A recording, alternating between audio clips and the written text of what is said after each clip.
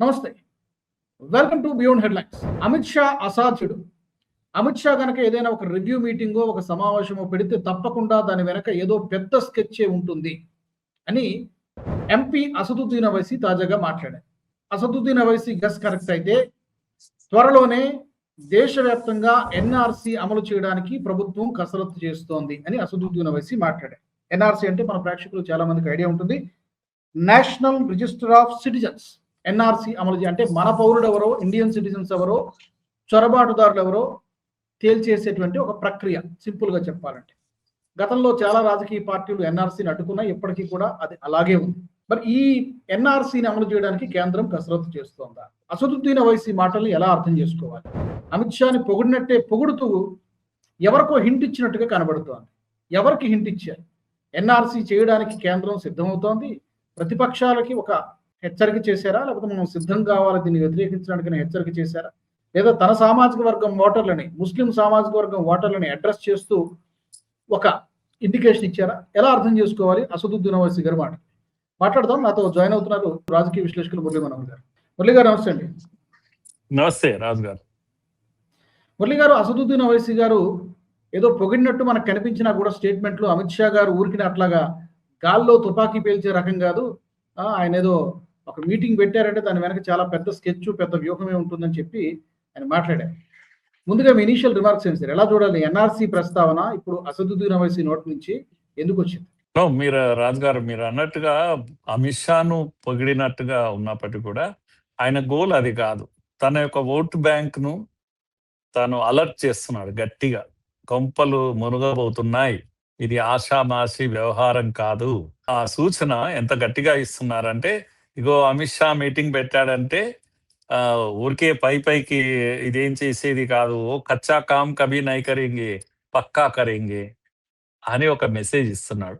కనుక అమిత్ షా మెచ్చుకున్నట్టు కాదు ఇది. యాక్చువల్గా ఇండికేషన్ ఎక్కడుంది అంటే, తన కమ్యూనిటీని ఒక్కసారి ఫియర్ మాంగరింగ్ అంటాం, భయపెడతా ఉన్నారు. అరే చచ్చే చావు వచ్చిందిరా మనకు, జాగ్రత్త పడండి, ఇంకా నిద్ర లేవండి అని ఒకవైపు. రెండో వైపు అపోజిషన్స్ అన్నీ కూడా మీరు నిద్రపోతున్నారు, కొంపలు మునుగుతున్నాయి, మీరు కూడా లేవండి అని వాళ్ళకి చెప్తున్నాడు.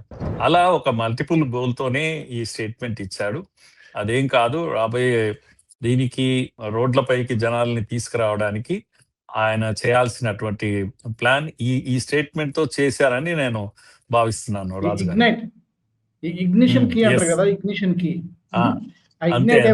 చేసే ప్రయత్నమా? అంటే పెట్రోల్ పోయడమే అంటాం దీన్ని.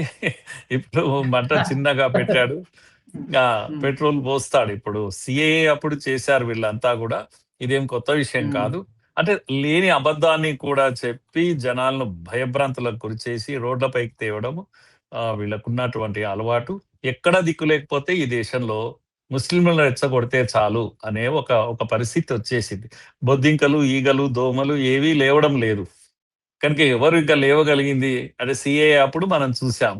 కనుక ఒక కమ్యూనిటీ ఉంటది ఎప్పుడైనా కూడా, ఏది ప్రశ్నించకుండా ఆలోచించకుండా రోడ్లపైకి రాగలిగే కమ్యూనిటీ అదొక్కటే. సిఏఏను ప్రశ్నించారా? సిఏఏకు భారతీయ పౌరుడికి ఏమైనా సంబంధమా? సిఏఏకు ముస్లింకి, ఇక్కడ దేశంలో ఉన్న ముస్లింకి సంబంధం ఉందా? ఏదీ లేదు. కానీ జరిగింది ఏంది అని అంటే, అయిపోయింది కొంప మునిగింది, అయిపోయింది కొంప మునిగింది, అదొక్కటే కదా. కనుక ఇప్పుడు కూడా అదే పని రిపీట్ చేయబోతున్నారు. ఇది తమాషా అంతా మనం చూస్తాం భవిష్యత్తులో. రాజు గారు, అదే ఆయన ఈ విషయాన్ని కూడా ప్రస్తావించారు. సిఏఏని తీసుకొచ్చినప్పుడు చాలా మంది వ్యతిరేకించారు, కోర్టులకు వెళ్ళారు, కానీ కోర్టులో ఏమీ లేదని తేలిపోయింది.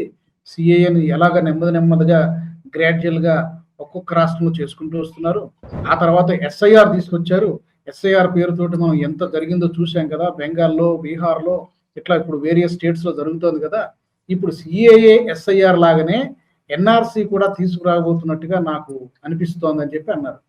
ఎన్ఆర్సీని తీవ్రంగా వ్యతిరేకించడానికి ఏంటి సార్ ఈ పార్టీల భయం ఏంటి? ఎందుకు ఎన్ఆర్సీ అంటే భయపడుతున్నాయి? ఓటు బ్యాంకా పోతుందనా?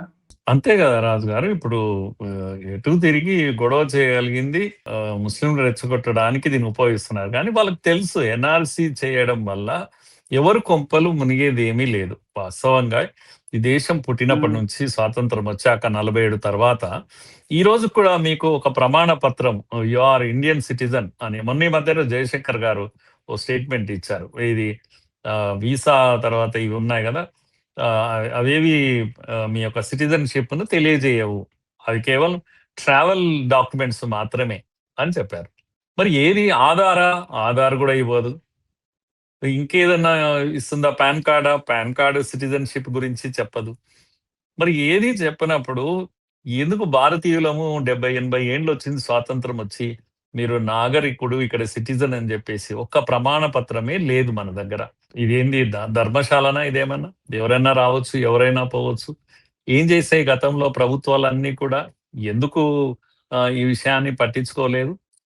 కనుక కోర్టులు చెప్పాయి, అందరూ చెప్పారు. అయినా సరే ఎటువంటి ప్రయత్నం జరగలేదు ఇన్నేళ్ల తర్వాత. అందుకని మోడీ గారు పెట్టింది పేరు దేనికంటే, ఈ దేశము ఎన్నడూ చేయని పనులు, చెయ్యలేదు అనేటువంటి పనులన్నీ కూడా మోడీ గారు చేస్తారు. అందుకని ఇప్పుడు ఎన్ఆర్సి వస్తుంది అంటే రావచ్చు. మరి ఇంతవరకు అయితే అమిత్ షా గాని, మోడీ గాని ఎప్పుడు చెప్పలేదు. గతంలో ఒకసారి చెప్పారు ఏమని అంటే, మేము ఎన్ఆర్సి ఇప్పట్లో మా ఎజెండాలో ఏం లేదు అని చెప్పారు. అలా చేసేది ఉంటే తప్పకుండా పార్లమెంటులోనే చెప్పి చేస్తాం అని కూడా అమిత్ షా చెప్పారు. కనుక డొంకదారిలో, తప్పుదారిలో ఎవరికీ తెలియకుండా రహస్యంగా చేసే పని అయితే కాదు ఇది. అలా చేస్తారని కూడా నేను అనుకోవడం లేదు. అందుకే ఓవైసీ ఏం చేశారంటే అనుమానపు బీజాలు ఆయన అందరి మైండ్ లో ఒక అనుమానాన్ని రేకెత్తేటట్టుగా మాట్లాడాడు. అందుకే ఆయన చెప్పే స్టేట్మెంట్ లో కూడా ఏమన్నా అంటే, హోమ్ మినిస్టర్ మీటింగ్ పెట్టాడు, అది మామూలు మీటింగ్ కాదు, ఇది హై లెవెల్ కమిషన్ వేశాడు, ఈ కమిషన్ లో ఆషామాషి వ్యక్తులు లేరు, సుప్రీంకోర్టు జడ్జి ఉన్నాడు, ఈ జడ్జికు ఎజెండా కూడా ఫిక్స్ చేసేశారు, ఈ దేశంలో డెమోగ్రఫీ చేంజెస్ ఎక్కడెక్కడ జరుగుతున్నాయి ఒకటి గుర్తించండి అన్నాడు. రెండవది అచానక్ ఆబాది అంటారు. అచానక్ ఆబాది అంటే సడన్ గా జనాభా పెరిగిన ప్రాంతాల దగ్గర వెళ్ళి ప్రత్యేకంగా సర్వే చేయండి అని రెండో ఎజెండా ఇచ్చారు. మూడో ఎజెండా ఏమన్నారంటే, ఎస్ఐఆర్ లో తొలగించిన పేర్లు ఏవైతే సుమారుగా 6 కోట్ల పేర్లు ఉన్నాయో వాటిని తీసుకొని లిస్ట్ తీసుకొని ఒకసారి చెక్ చేయండి ఎవరు వీళ్ళంతా అని. కనుక అమిత్ షా ఇలాంటి హోంవర్క్ ఇచ్చాడు, ఒక జడ్జికి ఇచ్చాడు, అది కూడా హై లెవెల్ కమిషన్ వేశాడు, వాళ్ళ ముందులో టార్గెట్స్ ఫిక్స్ చేశాడు. ఇవన్నీ చేశాడంటే ఇది ఆషామాషి వ్యవహారం కాదనేటువంటిది బహుశా ఈయనకు ఓవైసీకి ఎక్కడి నుంచి ఈ సమాచారం వచ్చిందో మనకు తెలియదు, కానీ ఆయనకైతే అనుమానం ఉంది. అనుమానం రావడం సహజం ఎప్పుడు కూడా. ఆయన ఎందుకంటే తన ఓట్ బ్యాంకును తాను కాపాడుకుంటాడు. ఇందులో ఈ మొత్తం వ్యవహారంలో నేను చూసే ఇది ఏంది అంటే, అందరూ కూడా ఎస్ఐఆర్ లో ఓట్లు తొలగాయి అనేటువంటి పెద్ద నినాదం, లక్షలు పోయినాయి, లక్షలు ఓట్లు తొలగించారు అని. ఎస్ఐఆర్ అంటేనే ఓట్లు తొలగించడము, ఓట్లు యాడ్ చేయడము. కనుక 18 years దాటిన వాళ్ళ కొత్తగా వచ్చిన ఓటర్స్ యాడ్ చేస్తారు, చనిపోయిన వాళ్ళ ఓట్లు తొలగిస్తారు. తొలగించొద్దు అంటే ఇదేంటి నాకు అర్థం కాదు. దేశమంతా కూడా పోయాయి, ఇన్ని లక్షలు పోయాయి, అన్ని లక్షలు పోయాయి, అన్ని లక్షలు పోయినా నా ఓటు నాకు రాలేదు, కనుక ఓటర్ లిస్ట్ లో నా పేరు రాలేదు అని ఎవరైనా ఒకరు వచ్చి కంప్లైంట్ చేశారా? ఒక్కరు కూడా చేయరే. మరి ఎవరైనా ఓటు పోతే ఊరుకుంటారా? చనిపోయిన వాడు వచ్చి అడుగుతారా రాజుగారు? ఇప్పుడు సుమారుగా లక్షల్లో పోయినాయి. పోయిన దగ్గర అక్కడ బెంగాల్లో కానీ, బీహార్లో కానీ, బీహార్లో కూడా చాలా పోయినాయి, తమిళనాడులో పోయినాయి, వాళ్ళు ఎవరు అడగడం లేదు. మరి పోయిన వాళ్ళంతా కూడా ఇన్ని వేల మంది, ఇన్ని లక్షల మంది పోయినప్పుడు ఎందుకు వచ్చి అడగడం లేదు? సార్ అయితే ఇప్పుడు ఎన్ఆర్సి ఏమి అదేమి ఇప్పుడు ఎస్ఐఆర్ అలాగే అయితే జరుగుతుందో ఎన్ఆర్సి కూడా జరగాలి. ఎందుకంటే ఇప్పుడు మన పౌరులు ఎవరో, చొరబాటుదారులు బంగ్లాదేశ్ నుంచి, మయన్మార్ నుంచి వచ్చినటువంటి రోహింగ్యాలు ఎవరో కూడా తెలియాలి కదా, అది జరగాల్సింది. మరి కేంద్రం ఏం ఆలోచిస్తోంది? సమీప భవిష్యత్తులో దానికి చేసేటువంటి ఆలోచన ఏమైనా ఉందంటారా? ఎందుకంటే రకరకాల చర్చలు జరుగుతున్నాయి. 1 నేషన్ 1 ఎలక్షన్ అంటే జమిలీ ఎన్నికల గురించి చర్చ జరుగుతోంది, ఉమెన్ రిజర్వేషన్ మళ్ళీ పెడతారన్న చర్చ జరుగుతోంది, ఇప్పుడు ఎన్ఆర్సి గురించి కూడా టాపిక్ వచ్చింది.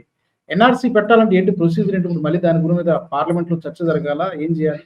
పార్లమెంట్ లో బిల్లు తీసుకురావాలి. దీనికి 2/3 లాంటిది ఏమీ అవసరం లేదు, మామూలు దీంతో బిల్లు తీసుకురావచ్చు. నేను అనుకుంటున్న బిల్లు తెస్తారు. ఇప్పుడు ఇది రైట్ టైం. జనగణన జరుగుతుంది కదా రాజు గారు, జనగణన కులగణన జరుగుతున్న ఈ టైంలో బహుశా ఇది ఎన్ఆర్సీని ఎక్కడో దగ్గర లింక్ చేసేటువంటి అవకాశాలు ఉన్నాయేమో చూస్తున్నారు మరి. అంటే సిటిజన్‌షిప్ ఇవ్వచ్చు.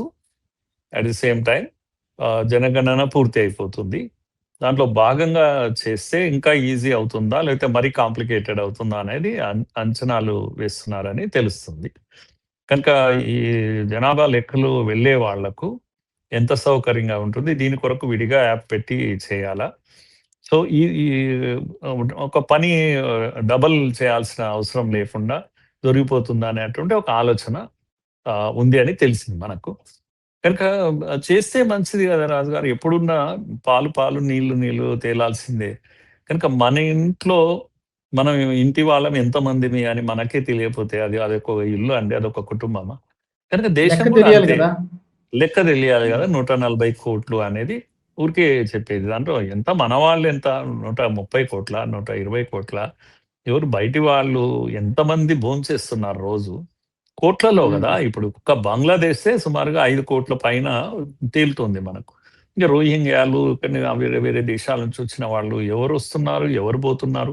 మీరు అమెరికా వెళ్తే మరి ఒక సిటిజన్‌గా మీరు మొత్తం అమెరికాలో ఎక్కడ ఉన్నా కూడా మీ డేట్ పూర్తయ్యే లోపల రిటర్న్ కావాల్సిందే గదా! ఫ్లైట్ ఎక్కాల్సిందే గదా! అవును. లేదంటే ప్రత్యేక హ్మ్. అనుమతన్నా తీసుకోవాల్సిందే గదా! ఈ దేశంలో తీసుకోవాలి. అలా వస్తున్నారు, అలా ఉండిపోతున్నారు. ఇక్కడే ఉండిపోతున్నారు. ఏంటి అసలు ఎవరిని పెళ్లిళ్లు చేసుకుంటున్నారో తెలియదు. ఏదో ఏమవుతున్నదో ఇల్లరికపు అల్లుల్లాగా అల్లుల్లాగా ఇల్లరికానికి వస్తున్నారు. వచ్చిన అల్లుల్లాగా అయిపోయింది పరిస్థితి. ఆ! ఆ! యెస్. అంత మన హైదరాబాద్‌లోనే ఎంతమంది ఉన్నారు, పెళ్లిళ్లు చేసుకున్నారు, ఇక్కడే ఉన్నారు. వాళ్ళ ఒక సిటిజన్‌షిప్ పాకిస్తాన్‌లో ఉంది. ఇక్కడ కాపురం చేస్తున్నాడు వాడొచ్చేసి. ఇవన్నీ పేర్లొచ్చాయి. చాలా వచ్చేసాయి అటువంటివి. ఇది కొనసాగాల. ఏ రేపు దేశం యొక్క భద్రతకు ఇది ముప్పు కాదా? కనుక ఎవడు ఏం పని చేస్తున్నాడో మనకు తెలియకపోతే ఇప్పుడు పాత బస్తీలో స్లీపర్ సెల్స్ ఉంటాయండి. ఎందుకుంటాయండి? ఎవరున్నారు, ఎవరొస్తున్నారో, ఎవరు పోరో తెలియదు. ఇప్పుడు లేవు గదా! మరి. ఎందుకంటే ప్రభుత్వం కాస్త గట్టిగా చర్యలు తీసుకున్నది. ఎవడు వస్తున్నాడు, వెళ్తున్నాడో ఒక నిఘా పెట్టింది. ఒక్క దెబ్బకి ఆగిపోయినాయి అన్ని బాంబులు పేలడం అనే ఆగిపోయింది. స్లీపర్ హ్మ్. సెల్స్ అన్నీ హ్మ్. వాళ్ళకు నిద్ర పట్టకుండా జేశారు. కనుక ఇప్పుడు కరెక్ట్. ఇవన్నీ కూడా దేశ భద్రత కొరకే అవసరము. తర్వాత మన ఖర్చులు ఇవి జమ అంతా గూడా ఎంతమంది బయటి వాడికి పెడుతున్నామో మనకు తెలియదు. పెడతామా? కూర్చోబెట్టి హ్మ్. భోజనం పెడతామా? కనుక ఇది అందుకే నేనేమంటున్నానంటే 80 ఏళ్ల సువిశాల భారతదేశం. మన నాగరికుడు ఎవరు అనేది మనము గుర్తించే హక్కు మనకుంది. ఎలా గుర్తిస్తారు? ఏం చేస్తారు? మా దగ్గర పేపర్‌లుంటాయా? ఉండవా? ఇలా ప్రశ్నించే వాళ్ళు కొందరుంటారు. ఈ ప్రశ్నించే వాళ్ళకి ఎప్పుడు అర్థం పర్థం ఏమి ఉండదు. వాళ్ళకెప్పుడు జవాబుదారీతనం అనేదే ఉండదు. ప్రశ్నించే గొంతుకలు అనేటువంటి ఓ పేరు మీద ప్రశ్నిస్తూనే ఉంటారు. నువ్వు హ్మ్. ప్రశ్నించడం గాదు. నువ్వు చెప్పు నీ కథ ఏందో చెప్పు అని అడుగుతారు. చెప్పాలి. నువ్వు నీ తాత, ముత్తాత కథ నుంచి అన్నీ చెప్పాలి. చెప్తే నీదేం పోయింది? ఏమన్నా అంటే ప్రైవసీ అంటారు. లేపోతే ఇది అని అంటుంటారు. మాకు ఏం ప్రైవసీ ఏందండి నాకర్థం గాదు. ఆధార్ లింకప్ చేస్తే మా ప్రైవసీ పోతుంది అని అంటారు. ప్రైవసీ మరి ఇప్పుడు ఆధారు యెస్. నేషనల్ సెక్యూరిటీకి మించి ఏది ఎక్కువ కాదు. జాతీయ ఏది భద్రతకు ఎక్కువ మించి కాదు. ఏది ఎక్కువ కాదు. హ్మ్. యెస్. కాబట్టి యెస్. ఈ విషయంలో అమెరికా కొంచెం ఎక్స్‌ట్రా కేర్ తీసుకుంటుంది కొన్ని కొన్ని విషయాల్లో. ఆహ్, అవును. మేబీ కొన్ని కొన్ని విషయాల్లో వీళ్ళని తరిమేసే విషయంలో మన పౌరులు కాని వాళ్ళని తరిమేసే విషయంలో అమెరికా మోడల్ మనం కూడా ఫాలో కావాలేమో కొంచెం స్ట్రిక్ట్‌గా. అవును. సుప్రీం కోర్ట్ చెప్పింది అవును. కదా సార్! సుప్రీం కోర్ట్ చెప్పింది కదా! భారతదేశం ఏమి ధర్మసత్రం గాదిది. ఎవడు పడితే వాడు ధర్మసత్రం వచ్చి ఇక్కడ కాదు. ఉండడానికి. యెస్. ఎవడు పడితే వాడు వచ్చి ఇక్కడ ఉండడము. జనరేషన్స్ ఇక్కడ టెస్ట్ వేసుకొని కూర్చున్నారు. పంది కుక్కలా తింటున్నారు కొంచెం హార్ష్‌గా మాట్లాడినా కూడా. ఇక్కడ మన యెస్. పథకాలు వాళ్ళు దోచుకుపోతున్నారు. మన ప్రజలకు అందాల్సిన పథకాలు వాళ్ళు తీసుకుంటున్నారు. వీళ్ళకి కట్టించాల్సినటువంటి బిల్లు వాళ్ళకి పోతున్నాయి. వాళ్ళు ఇక్కడ నిర్ణయాత్మక శక్తిగా ఎదుగుతున్నారు. ఎన్నికల్లో వాళ్ళు ఈ ప్రజా చట్టసభల్లోకి కూడా పోయి వాళ్ళు లీడర్స్ అయి కూర్చుంటున్నారు. ఫుట్బాల్ క్లబ్‌లు ఉంటున్నాయి. ఎలా అయిపోయిందంటే ఒక యూకే లాగా తయారైపోతోంది. UK, yes. ఫ్రాన్స్ లాగా తయారైపోతుంది భారతదేశం కూడా. చాలా ప్రమాదం అది. యెస్.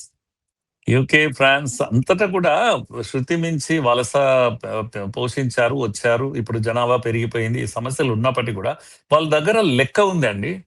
లెక్క ఉంది. హ్మ్. ఎంతమంది విదేశస్తులు, ఎంతమంది తమ దేశం వాళ్ళనేది ఒక లెక్క ఉంది. ఏ లెక్క పత్రం లేని వాళ్ళం మనమే. కనుక హ్మ్. మన వాడెవరో మనం ఇప్పుడు కూడా చెప్పలేమన్నట్టు. ఇప్పుడు కూడా వీళ్ళంతా ఏమడుగుతున్నారంటే, మీరు 14 రకాలు, 20 రకాలు ఎస్ఐఆర్ విషయంలో కూడా ఎన్ని డౌట్స్ రేజ్ చేశాడు ఓవైసీ. నిన్న మాట్లాడినప్పుడు కూడా అన్నాడు. ఇప్పుడు నిన్న మాట్లాడిన దాంట్లో మనం గ్రహించాల్సింది ఏంటంటే ఒక కొత్త విషయం లేవనెత్తాడు. అమిత్ షా గారు ఇప్పుడు ఎన్పిఆర్ తర్వాతనే ఎన్ఆర్సి అని చెప్పాడు. కనుక ఇప్పుడు ఎన్పిఆర్ కూడా చేసేస్తాడు. ఎన్పిఆర్ ఫస్ట్ అన్నాడు, ఎన్ఆర్సి సెకండ్ అన్నాడు. దీంతో ఇది తేలేది కాదు, ఈ డాక్యుమెంట్స్ అన్ని మనం ఇచ్చేది కాదు, టోటల్ గా మనకు నిలువ నీడ లేకుండా చేయబోతున్నాడు అని ఆయన చెప్పినటువంటి విషయం. అయితే ఇది నేషనల్ పాపులేషన్ రిజిస్టర్ అప్పట్లో చర్చ వచ్చింది ఒకసారి. ఆ తర్వాత national register of citizen NRC అంటాం. అయితే ఇది ఇప్పుడు జనాన్ని ఏం కన్ఫ్యూజ్ చేస్తున్నారంటే అది మ్యాండేటరీ, ఏది ఎన్పిఆర్ చేయకుండా ఎన్ఆర్సి చేయనికే రాదు అని మ్యాండేటరీ. కనుక ఈ రెండు చేస్తే మాత్రం మనకు సభ్యత్వం ఉండదు ఈ దేశంలో అని ఒక భయభ్రాంతులు గుర్తు చేస్తున్నారు. ఈయన అమిత్ షా ఆల్రెడీ చెప్పాడు, it is nothing to do with NRC. NPR అనేది అసలు మేము చేయమని చెప్పేశారు చివరకు. ఇది ఎందుకని అంటే ఒకప్పుడు కాంగ్రెస్ స్టార్ట్ చేసింది ఎన్పిఆర్ అనేది, ఇప్పుడు అది వీళ్ళ లిస్ట్ లో లేదు. అంటే ఎన్పిఆర్ అంటే సిటిజన్షిప్ కు సంబంధం లేదు, రిజిస్టర్ తయారు చేస్తారు. మన భారతదేశంలో పౌరులు ఎవరు అనేది ఒక రిజిస్టర్ తయారవుతుంది. కనుక రిజిస్టర్ తయారైతే దాని ప్రకారం సర్టిఫికేట్ ఇసుకోవచ్చు అనేది ఒక కల్పన. అది సర్టిఫికేట్ ఒకటి, రిజిస్టర్ ఒకటి, రెండు వేరే ఏం లేదు, డైరెక్ట్ గా ఎన్ఆర్సీనే అనేది ఇప్పుడు అమిత్ షా యొక్క పాలసీ. కనుక కానీ ఈ రెండు పేర్లు చెప్పి భయభ్రాంతులను గురి చేసే ప్రయత్నం ఓవైసీ చేశాడు. నిన్నటి ఆర్గ్యుమెంట్ లో కూడా అది కూడా వచ్చేసింది అన్నట్టు. కనుక ఇప్పుడు దేశమంతా ఏం చేస్తారంటే వీళ్ళు ప్రజలను కన్ఫ్యూజ్ చేయడానికి, అరే ఎన్పిఆర్ చేస్తారంట, తర్వాత ఎన్ఆర్సి చేస్తారంట, 20 డాక్యుమెంట్లు అడుగుతారంట, ఓ లావ్ ఏ లావ్ అని అడుగుతారంట అని లేనివన్నీ కూడా చర్చలో తీసుకొచ్చి మీరు చూడండి, రేపు డిబేట్లన్నీ ఇలాగే జరుగుతాయి, భయభ్రాంతులకు గురి చేస్తారు. వీళ్ళ అభ్యంతరాలు ఏంటి? ఇప్పుడు వీళ్ళ ఓటు బ్యాంక్ పోతుంది. ఓటు బ్యాంక్ పోవడమా రావడం అనేది కాదు కదా. వాళ్ళు ఇప్పుడు నిజంగా ఎవరైతే ఆ వ్యక్తి ఇండియన్ సిటిజన్, భారతీయ పౌరుడైతే తీసేయడానికి లేదు. మరి భారతీయ పౌరుడు కాని వాడిని మనం మనం ఓటర్గా మనం అంగీకరిస్తాం? ఇతర దేశాల వాడు మన దేశంలో ఓటు ఎలా వేస్తాడు? వేయకూడదు కదా. వెస్ట్ బెంగాల్లో ఆమె ఆక్రోషం, ఆందోళన అంతా కూడా అదే కదా. 91 లక్షలు తీసేసరికి మమతా బెనర్జీ పవర్ పోయింది. ఒక్కటే కాదులేండి, చాలా కారణాలు ఉన్నాయి. ఒక్కటే కాదు, వేరే కారణాలు కూడా ఉన్నాయి అనుకోండి. కానీ చెప్తున్నా, ఈ రాజకీయ పార్టీల భయం అంతా ఏంటంటే ఓటు బ్యాంక్ పోతుంది. అందుకని చెప్పి మనం వాడు చనిపోయిన వాడైనా, డూప్లికేట్ ఓటైనా, లేకపోతే మయన్మార్ దేశీయుడైనా కూడా వాడు ఓటు హక్కు తీయకూడదు, ఉంచేయాలి వాళ్ళ కోసం. ఎంత హాస్యాస్పదంగా ఉంది కదా. ఒకటేమో పోలరైజేషన్ రాజు గారు, ఈ చర్చ ప్రారంభం అయితేనే ముస్లిం పోలరైజేషన్ జరుగుతుంది. భయభ్రాంతులకు గురి కాగానే వాళ్ళు ఒక్కటే అయిపోతారు, ఒక్కటైపోయి ఎవరో ఒక పక్కన నిలబడతారు. అది వాళ్ళకు సక్సెస్. చర్చను ఎక్కువ లేవనెత్తితే చాలు, కనుక అది వాళ్ళ పర్పస్ సర్వ్ అయిపోతుంది. రెండవది ఏంది అంటే డిలీషన్స్ ఏవైతున్నాయో ఇవి వీలైనంత వరకు తగ్గించాలి. కనుక ఇచ్చే క్వశ్చనేర్ కానీ వచ్చే ఇది కానీ ఊరికే అడగనట్టు ఉండాలి. అంటే అందులో ఎంతో మంది స్లిప్ అయితే అంత మంచిది వీళ్ళకు. కనుక డిలీషన్స్ అనేవి మినిమైజ్ చేయాలి, తక్కువ మంది డిలీట్ కావాలి, ఎక్కువ మంది విదేశస్తులైనా సరే ఓటర్ లిస్ట్ లో వాళ్ళకి స్థానం లభించాలి. వీళ్ళ పోరాటం దానికోసమే. ఇప్పుడు ఈ రెండూ కాదన్నప్పుడు రోడ్లపైకి వచ్చి ఉద్యమం చేయాలి, ఒత్తిడి తీసుకురావాలి ప్రభుత్వం పైన. కనుక నేను ఈ ఓవరాల్ ఈ చర్చ అంతటా కూడా నేనేమంటున్నానంటే ఈ దేశ ప్రజలందరూ ఇవి గమనించాలి. ఏం చేయబోతున్నారు ఈ అపోజిషన్స్, ఎందుకు ఇలా మాట్లాడుతున్నారు? కనుక మన దేశంలో విదేశస్తులు అందరూ కలిసి కోట్ల మంది ఓట్లేసి మన ప్రభుత్వాలను నిర్ణయించాలనా? మనవాడు మన ప్రభుత్వాన్ని నిర్ణయించాలి. ఈ మట్టిలో పుట్టినవాడు, ఈ మట్టిలో చచ్చేవాడు, ఈ రెండే ప్రమాణం. అంటే సిటిజన్ అంటే వాడు అంటే ఈ మట్టిలో పుట్టి ఈ మట్టిలో చచ్చేవాడే సిటిజన్. కనుక వాళ్ళకు అన్ని రైట్లు ఉండాలి అనేది ఎంత ముఖ్యమో, ఇది కాని వాడికి రైట్ ఉండకూడదు అనేది చాలా ముఖ్యం. పంపించేయాలి కూడా, ఇక్కడ నుంచి పంపించేయాలి. వాడు ఇక్కడ భోజనం కూడా చేయడానికి వీల్లేదు. కనుక నీళ్లే కరువు అయిపోయినాయండి. మంచి నీళ్లు తాగడానికే కరువు అవుతున్న రోజుల్లో వాడితో ఎవరితో వస్తే వాడికి నీళ్ళు ఇవ్వాలంటే ఎక్కడి నుంచి ఇస్తామని చెప్పండి. కనుక దేశ ప్రజలందరూ కూడా సిటిజన్షిప్ గురించి జరిగే చర్చలో సిటిజన్స్ అందరు కూడా అలర్ట్ కావాలి. కనుక ఇప్పుడు ఓవైసీ చేస్తున్నది ఎవరిని? ఒక కమ్యూనిటీని అలర్ట్ చేస్తున్నాడు. నేనేమంటున్నానంటే నాగరికులమా, మనం ఈ మట్టిలో పుట్టాం కదా, కమాన్ మనం ఇప్పుడు అలర్ట్ కావాలి. ఈ నేషనల్ క్యారెక్టర్ అనేది ఒకటి ఉంటది. ఈ మట్టిలో పుట్టిన వాడికే ఉంటుంది ఆ క్యారెక్టర్. దాన్ని నిలబెట్టాలి. ఇది భారతదేశం, భారతీయులది, భారతీయుల కోసమే ఈ దేశం ఉంది. అందుకని ఈ యొక్క సిటిజన్షిప్ అనేది ఖచ్చితంగా భారతీయుడైన వాడికి గర్వంగా ఈ సర్టిఫికెట్ పొందాలి. ఇది నాగరికుడిని, నేను ఈ దేశం యొక్క నాగరికుడిని. ఈ సర్టిఫికెట్ తీసుకొని చద్దాం మనం అందరం కూడా. So NRC, national register of citizens ని, ఎన్ఆర్సిని త్వరలో కేంద్రం అమలు చేయబోతోంది ఏమో అనేటువంటి అనుమానాన్ని అసదుద్దీన్ ఓవైసీ వ్యక్తం చేశారు. మరి ఇది ఒక సామాజిక వర్గానికి ఒక పిలుపునిచ్చారా? మనం సమాయత్తం కావాలి, దీన్ని ఎదుర్కోవాలి, లేకపోతే దీన్ని తప్పించుకోవాలి, లేకపోతే దీన్ని వ్యతిరేకించాలనేటువంటి పిలుపునిచ్చారా? ప్రతిపక్షాలకు కూడా ఒక మెసేజ్ ఇచ్చారా? ఎన్ఆర్సీ చేయబోతోంది కాబట్టి దీన్ని మనం అడ్డుకోవాలనేటువంటి ఒక మెసేజ్ ఇచ్చారా? అసదుద్దీన్ ఓవైసీ గారి కామెంట్స్ని ఎన్ఆర్సీ విషయంలో ఎలా అర్థం చేసుకోవాలి, ఏ విధంగా చూడాలి, ఏ కోణంలో చూడాలి? మీ కామెంట్స్ని, మీ అభిప్రాయాలని తప్పకుండా మీరు కామెంట్ సెక్షన్లో పెట్టండి. అసలు ఇప్పుడున్నటువంటి పరిస్థితుల్లో ఎన్ఆర్సీ చేయాల్సినటువంటి అవసరం అయితే కనిపిస్తోంది. వచ్చే ఎపిసోడ్లో మనము మరొక ఇంట్రెస్టింగ్ టాపిక్తో మళ్ళీ కలుసుకుందాం. జై హింద్, జై భారత్. ఈ వీడియో మీకు నచ్చినట్టయితే లైక్ చేయండి, 10 మందికి షేర్ చేయండి. అలాగే కామెంట్ల రూపంలో మీ అభిప్రాయాలను మాతో పంచుకోండి. Nationalist hub group of channels ను సబ్స్క్రైబ్ చేసుకుని తెలుగునాట జాతీయవాద జర్నలిజాన్ని ప్రోత్సహించండి. ఈ వీడియో కింద ఉన్న బెల్ ఐకాన్ పై క్లిక్ చేయడం మర్చిపోవద్దు.